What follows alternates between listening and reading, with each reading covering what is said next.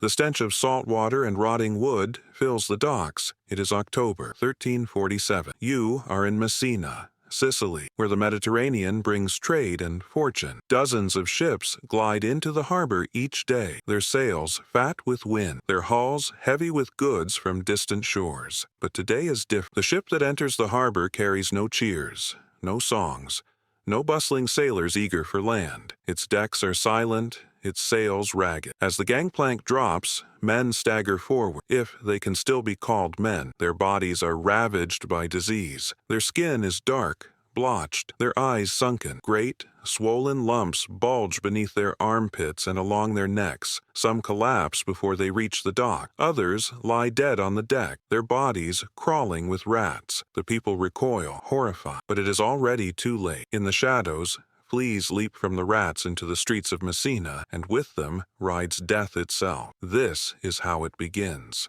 At first, no one understands what they are seeing. The sailors speak of a sickness from the east, from the ports of the Black Sea, from far Cathay, from lands few in Europe have ever seen. A punishment from God, some whisper. A curse carried on the winds. Doctors arrive, but their knowledge is useless. They bleed the sick, they burn herbs, they place beaks of sweet-smelling flowers to their faces, hoping scent will guard against corruption. None of it works.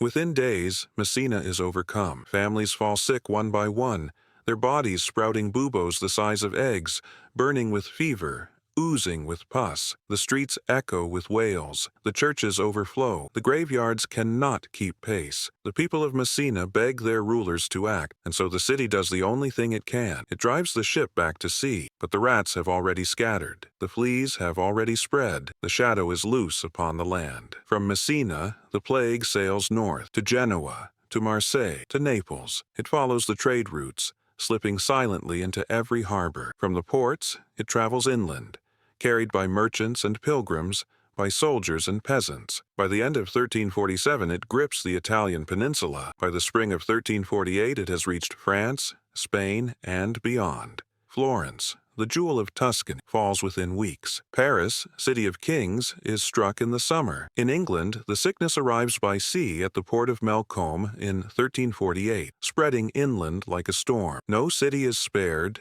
No kingdom escapes. The Black Death moves with the speed of rumor, faster than fire, unstoppable as the tide. You are a merchant in Genoa. The air in your home smells of spice and silk, goods brought from the east. But tonight, your wife lies in bed, her skin burning, her breath shallow. A lump bulges beneath her arm, purple and glistening. She moans in pain, clutching your hand, and you whisper that all will be well. But even as you speak, you feel it, a burning ache in your own groin, swelling, growing. You stagger to the church, begging the priest for a blessing. But he too is coughing, his vestments damp with sweat. The candles flicker, casting long shadows on the walls. You kneel, but the priest collapses before you can speak. You rise in terror, but there is nowhere left to run. The people of the medieval world had no understanding of contagion, no science to explain the unseen. They searched for meaning in the heavens. Was this God's punishment, the work of the devil, the alignment of planets? The truth that it was fleas carrying a bacterium called Yersinia pestis was beyond their grasp, but the consequences were not. The world they knew was about to collapse. The plague does not creep, it gallops. From Sicily it surges northward, following the veins of trade that pulse across Europe. Galleys carry it to Genoa, Pisa, Marseille. Merchants carry it inland, along dirt roads and over mountain passes. Within months, the sickness leaps from city to city, leaving silence in its wake. Florence, the shining jewel of Tuscany, home to artists and bankers, falls first among the great cities. Here, in the spring of 1348, the pestilence rages like a storm. You are a stonemason. Your hands are rough, calloused from years of labor, shaping marble for the rising cathedrals. But now, the ringing of hammers has fallen silent. The city is mute, save for the wails of the sick. Your wife's face is pale, her lips dry and cracked. She clutches her stomach as fever consumes her. Buboes swell along her body, purple and glistening. She begs for water, but the wells are fouled with corpses, and no one dares approach them. You sit beside her, helpless, as she gasps for breath. When she finally lies still, you carry her body to the church. But the church doors are barred. A sign is nailed to the wood. Closed. Too many bodies inside. You stumble to the cemetery, but the graves are overflowing. Shallow pits gape in the earth. Rats crawling over the fresh dead. The gravediggers wave you away. They are too busy. There is no room. You lay your wife in the street,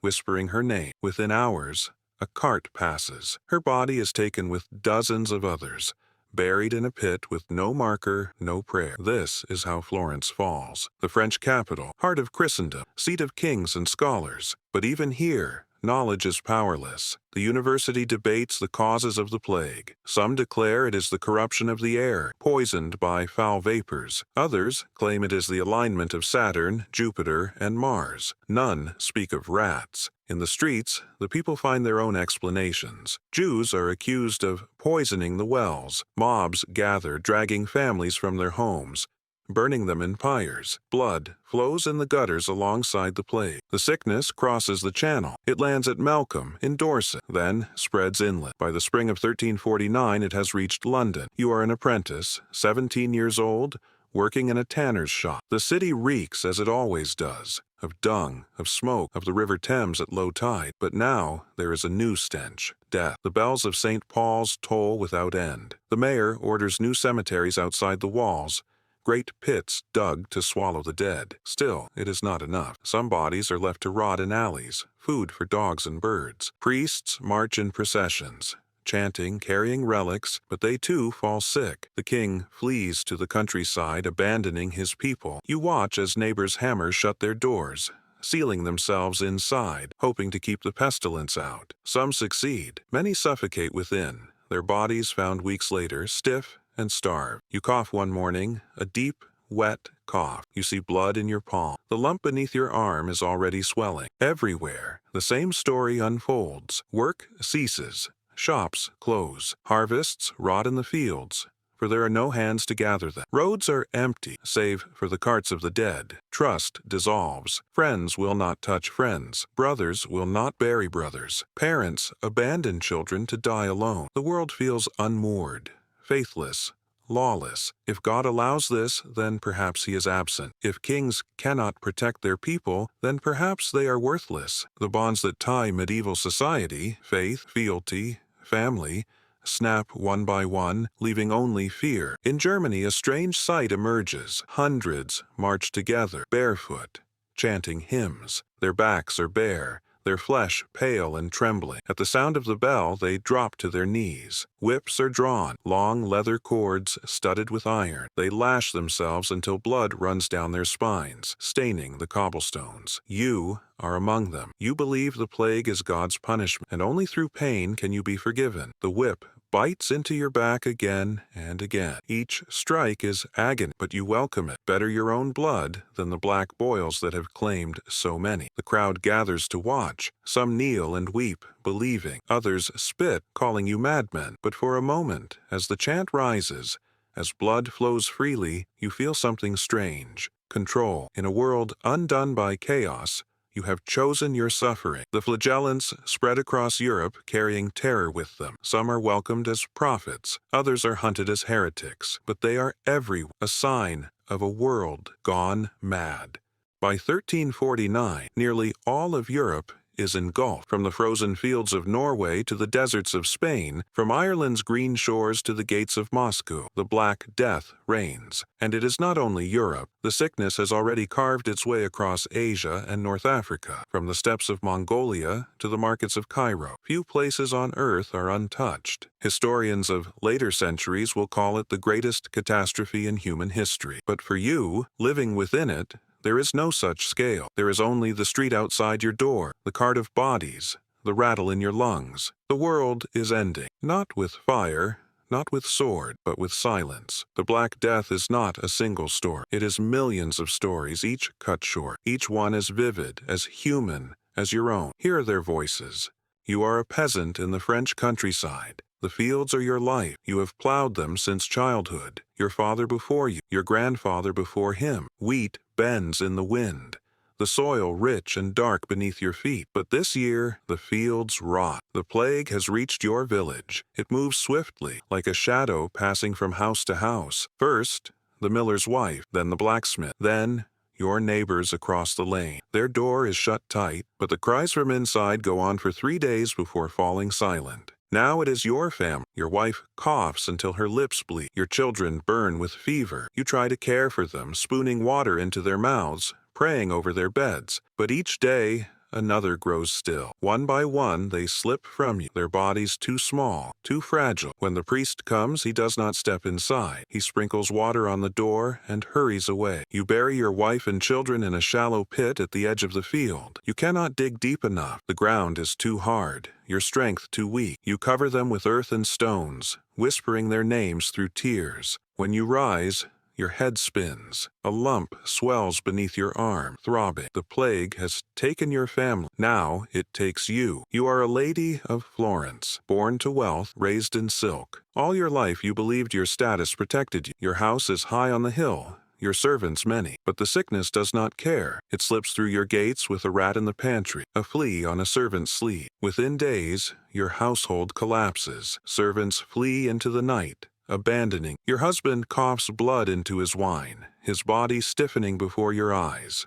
You barricade yourself in your chamber, drawing the curtains tight. You burn sweet herbs, clove, and rosemary to purify the air. You wash your hands in vinegar until your skin cracks. You pray the rosary until your fingers ache, and still the lump rises. Alone, you collapse on your silken bed. The embroidered sheets, once a symbol of your wealth, now stink of sweat and pus. You think of your family's great name, of the estates and lands you were meant to inherit. None of it matters now. In the end, you are no different from the beggar in the street. The plague is the great equalizer. You are a parish priest in England. Your duty is to shepherd your flock, to comfort the dying, to bury the dead. But now, the dead outnumber the living. You rise before dawn, crossing the churchyard. The graves are open, rows upon rows, waiting for bodies. The bells toll endlessly. You have buried more this month than in all your years combined. Each day you kneel beside the sick, whispering the words of absolution. Each night you collapse on your cot, too exhausted to eat. You pray, but doubt gnaws at you. Is this God's punishment, or has he turned his face away from mankind? Your own cough begins one morning as you stand at the altar. At first it is small, a tickle in your throat, but soon blood stains the chalice in your hands. The congregation stares in horror. You stumble, dropping the host. The bread scatters across the stones. You know then,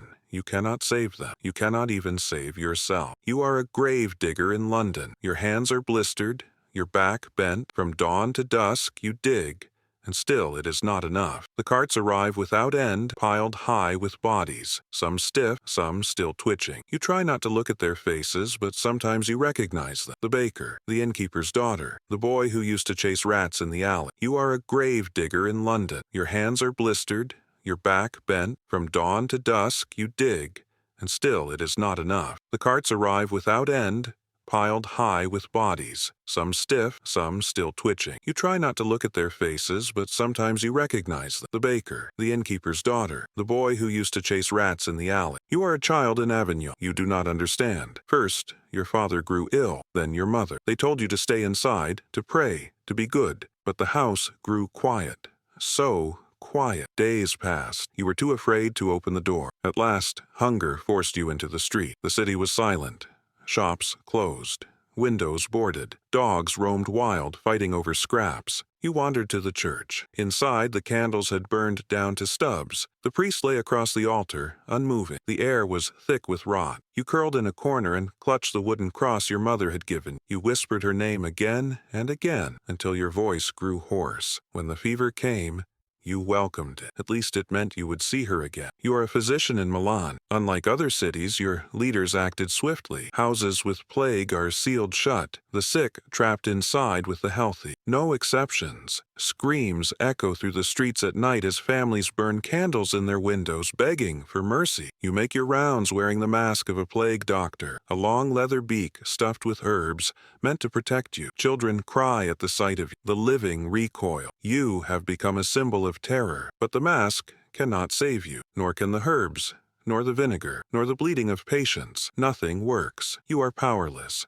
When you fall ill, you record your symptoms carefully, as if knowledge will grant you dignity, but your hand shakes. The ink spills. Soon, you can no longer hold the quill. Your notes end mid-sentence. Across Europe, millions of such stories unfold, each one unique, each one the same. A tapestry of loss so vast it defies comprehension. Historians will try to count 75 million, 100, perhaps 200, but numbers cannot capture it. They cannot describe the silence of a street once full of life. They cannot capture the hollow ache of burying a child. This is the true tragedy of the Black Death. Not just the scale of death, but the humanity within. The uncountable lives, each as vivid as your own, cut short by an enemy unseen. The bells fall silent. By the early 1350s, the storm has passed. The dead are buried. The carts no longer creak through the streets. The pits have been filled. The smoke of endless funerals drifts away into memory. And yet,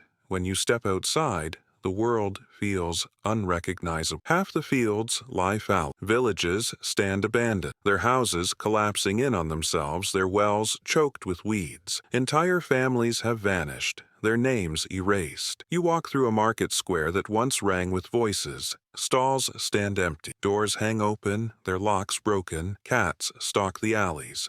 Dogs roam in packs.